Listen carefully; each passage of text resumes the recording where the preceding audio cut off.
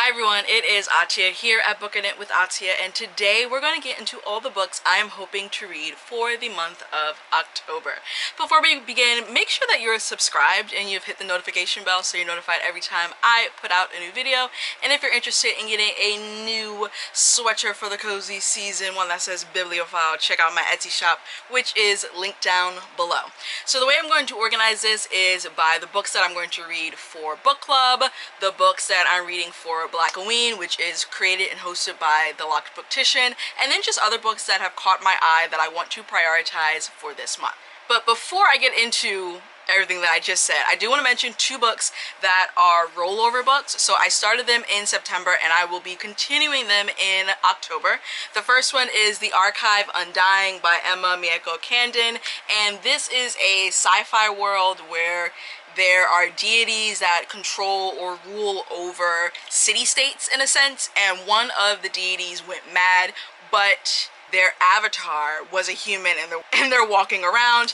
And yeah, I mean, it sounds super interesting. If you're interested to know more about this one, I do talk about it in my September Hopefuls video, which will be linked someplace in the cards or down below. The second book that I will be continuing and finishing in September is I Feed Her to the Beast and the Beast is Me by Jameson Shea.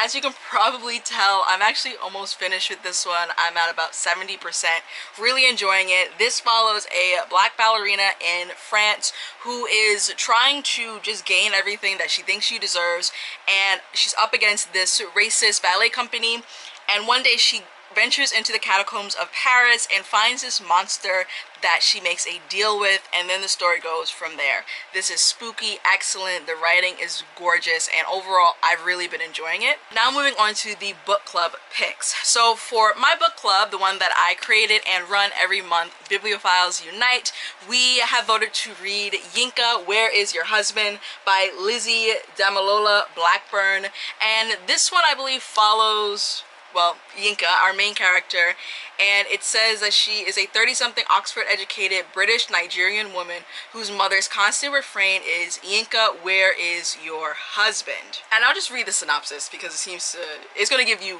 a better overview than what I remember. Yinka's Nigerian aunties frequently pray for her delivery from singledom. Her work friends think she's too traditional, she's saving herself for marriage, her girlfriends think she needs to get over her ex already, and the men in her life, well, that's a whole other story. But Yinka herself has always believed that true love will find her when the time is right. Still, when her cousin Rachel gets engaged, Yinka commences Operation Wedding Date. Aided by a spreadsheet and her best friend, Yinka is determined to succeed. Will Yinka find herself a husband?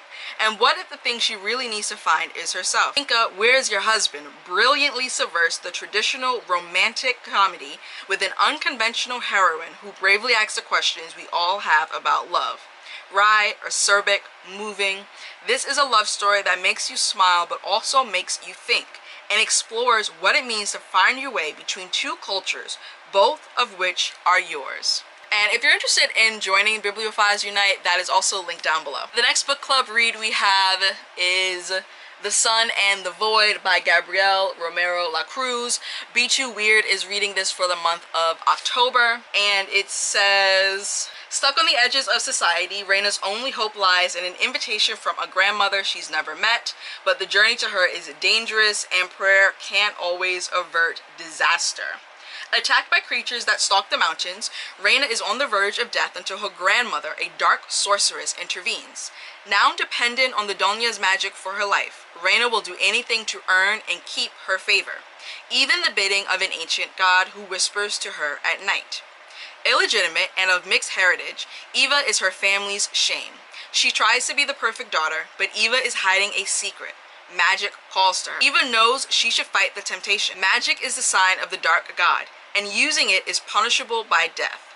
Yet it's hard to ignore power when it's always been denied. Eva is walking a dangerous path, and in the end, she'll become something she never imagined. Then Be Too Weird is also reading on the side, Fledgling by Octavia E. Butler. All I know about this one is black vampires, and that's really all I needed to know. I'm obsessed with this cover, And yeah, I mean, it's a very short synopsis, and it basically says, Shori is a mystery. Seemingly a young girl, she wakes up alone in the woods with critical wounds and traumatic amnesia, only to learn she's actually a 53-year-old vampire, the lost child of an ancient species that is driven by blood and lives in dark symbiosis with humanity. Genetically modified to be able to walk in daylight, Shori must use her rare gift to uncover whatever she can about her old life and figure out who wants to destroy her and the rest of her kind. It's Octavia E. Butler. Nothing but the best of hopes. Next up, let's talk about what I'm going to read for Blackoween. I decided, and I will link the announcement video down below, I decided that I wanted to do the Saint Treme route, and I'm only going to do or complete 3 of those prompts.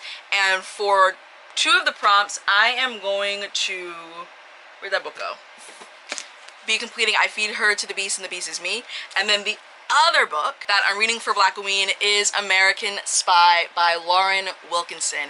This has been on my TBR for several years, and as I've been digitally cataloging my collection, I just happened to read what it was about, and I was like, this is so interesting. Why haven't I read this already? And the synopsis says, what if your sense of duty required you to betray the man you love? It's 1986, the heart of the Cold War, and Marie Mitchell is an intelligence officer with the FBI. She's brilliant, but she's also a young black woman working in an old boys club. Her career has stalled out, she's overlooked for every high-profile squad, and her days are filled with monotonous paperwork. So when she's given the opportunity to join a shadowy task force aimed at undermining Thomas Sankara, the charismatic revolutionary president of Burkina Faso, whose communist ideology made him a target for American intervention, she says yes. Yes, even though she secretly admires the work Sankara is doing for his country. Yes, even though she is still grieving the mysterious death of her sister, whose example led Marie to this career path in the first place. Yes, even though a furious part of her suspects she's being offered the job because of her appearance and not her talent. In the year that follows, Marie will observe Sankara, seduce him, and ultimately have a hand in the coup that will bring him down. But doing so will change everything she believes about what it means to be a spy, a lover, a sister, and a good American. Inspired by true events, Thomas Sankara is known as Africa's Che Guevara. American Spy knits together a gripping spy thriller, a heartbreaking family drama, and a passionate romance. This is a face of the Cold War you've never seen before, and it introduces a powerful new literary voice. The name Lauren Wilkinson sounds familiar, but I don't know why. Yeah, I don't know why. I'll have to look up and see if I've read anything else by this author. Next, let's move on to the 4 books that aren't actually for a book club or a readathon, and just books that I'm generally interested in. First up, we have The Follower of Flowers by Natalia Hernandez. This is the second book in the A Flowers of Prophecy novel. The first book is The Name Bearer, which I read in September. I'll talk about my thoughts on that in my September wrap-up, which should be coming shortly after this one. And basically what The Name Bearer is about, in this kingdom, you have one person called the Name Bearer who is responsible for talking to the Flowers of Prophecy to name the next king. When it is this particular Name Bearer's time, when she goes to the Flowers of Prophecy, they tell her that another baby boy has actually been born who should be the true ruler and will lead the kingdom into peace and prosperity. So this Name Bearer, being a 12-year-old girl, flees because she can't tell the queen that, and we follow her journey growing up with this temple of warrior women as she prepares to eventually venture out once she's an adult to find the new or should be king and restore him to the throne. So I will be continuing on with that journey in book 2, which is The Follower of Flowers. Next up, we have The Confession of Copeland Kane by Keenan Norris. This, when I heard about this, I was so deeply intrigued. I'm not even going to try and attempt to summarize it myself. I'm just going to read it to you. Copeland Kane V, the child who fell out of colored people time and into America, is a fugitive. He is also just a regular teenager coming up in a terrifying world. A slightly eccentric, flip phone loving kid with analog tendencies and a sideline hustling sneakers, the boundaries of Copeland's life are demarcated from the jump by urban toxicity, an educational apparatus with confounding intentions, and a police state that has merged with media conglomerates. The highly rated insurgency alert desk that surveils and harasses his neighborhood in the name of anti-terrorism. Recruited by the nearby private school even as he and his folks face eviction, Copeland is doing his damnedest to do right by himself for himself. And yet the forces at play entrap him in a reality that chews up his past and obscures his future. Copeland's wry awareness of the absurd keeps life passable, adds to his friends and their surprising array of survival skills. And yet, in the aftermath of a protest rally against police violence, everything changes and Copeland finds himself caught in the flood of history. Set in East Oakland, California, in a very near future, The Confession of Copeland Kane introduces us to a prescient and startling contemporary voice, one that exposes the true dangers of coming of age in America: miseducation, over-medication, radiation, and incarceration. Doesn't that just sound like it's gonna pack a punch? And it's so thin. I'm looking forward to this. How many pages? A little over 300, but it's also quite squat, so you know. Next up, we have a book that I started a few months ago and then never got back around to, and honestly I'm just gonna restart it because I only got to page 34 and it's huge, and that is To Shape a Dragon's Breath by Monica Black Goose. And it says, a young indigenous woman enters a colonizer-run dragon academy and quickly finds herself at odds with the approved way of doing things, and the first book of a brilliant new fantasy series. The remote island of Masquapag has not seen a dragon in many generations, until 15-year-old Anakus finds a dragon's egg and bonds with its hatchling. Her people are delighted, for all remember the tales of the days when dragons lived among them and danced away the storms of autumn, enabling the people to thrive. To them, Anakus is revered as Nampesh Iwe Isit, a person in a unique relationship with a dragon. Unfortunately for Anakus, the English conquerors of her land have different opinions. They have a very specific idea of how a dragon should be raised and who should be doing the raising, and Anakus does not meet any of their requirements. Only with great reluctance do they allow Anakus to enroll in a proper English dragon school on the mainland. If she cannot succeed there, her dragon will be killed. For a girl with no formal schooling, a non-English upbringing, and a very different understanding of the history of her land, challenges abound, both socially and academically. But Anakus is smart, determined, and resolved to learn what she needs to help her dragon, even if it means teaching herself.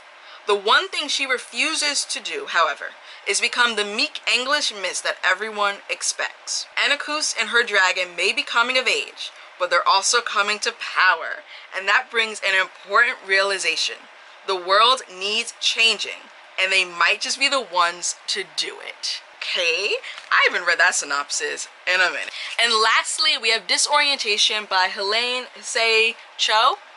And this one I believe is like a satirical literary fiction. And it says 29-year-old PhD student Ingrid Yang is desperate to finish her dissertation on the late canonical poet Zhao Wenchao and never read about Chinesey things again. But after 4 years of grueling research, she has only anxiety and stomach pain to show for her efforts when she accidentally stumbles upon a strange and curious note in the Cho archives. She convinces herself it's her ticket out of the academic hell. But Ingrid's in much deeper than she thinks. Her clumsy exploits to unravel the note's message lead to an explosive discovery, upending her entire life and the lives of those around her. With her trusty friend Eunice Kim by her side and her rival Vivian Vo hot on her tail, together they set off a roller coaster of mishaps and misadventures, from campus protests and OTC drug hallucinations to book burnings and yellow peril propaganda. In the aftermath, nothing looks the same to Ingrid, including her gentle and doting fiancé, Stephen Green. When he embarks on a book tour With the super kawaii Japanese author he's translated, doubts and insecurities creep in for the first time. As the events Ingrid instigated keep spiraling, she'll have to confront her sticky relationship to white men and white institutions, and most of all, herself. An uproarious and big-hearted satire, alive with sharp edges, immense worth, and a cast of unforgettable characters. Disorientation is a blistering send-up of privilege and power, a profound reckoning of individual complicity and unspoken rage. In this electrifying debut novel, from a provocative new voice, Helene Seicho asks who gets to tell our stories, and how the story changes when we finally tell it ourselves. Like, what? I am very much looking forward to all of these books, but I think this one tops the list where I'm like, I need to get to this book this month. Alright, that is it for the books I hope to read in the month of October. Thank you so much for watching. Make sure to like this video and share. Comment down below what's one book you're absolutely dying to get to in the month of October. Make sure to check me out and follow me on all of my socials. Check out my Pango bookstore if you're looking to add some gently used but probably new books to your collection. Also check out my Etsy shop as well as my Bonfire shop, and I will see you in the next video. Oh, and make sure you subscribe. Bye. Showing. I ain't living for the moment. I see what's mine and I want it. Hungry like a Pac-Man. I'm Bruce Wayne and Batman. I'm Naruto with a Hanzo. Got a sharp mind like I'm Einstein. Plus I'm copywriting, so it's all mine. Check it for me, I'm in the sky.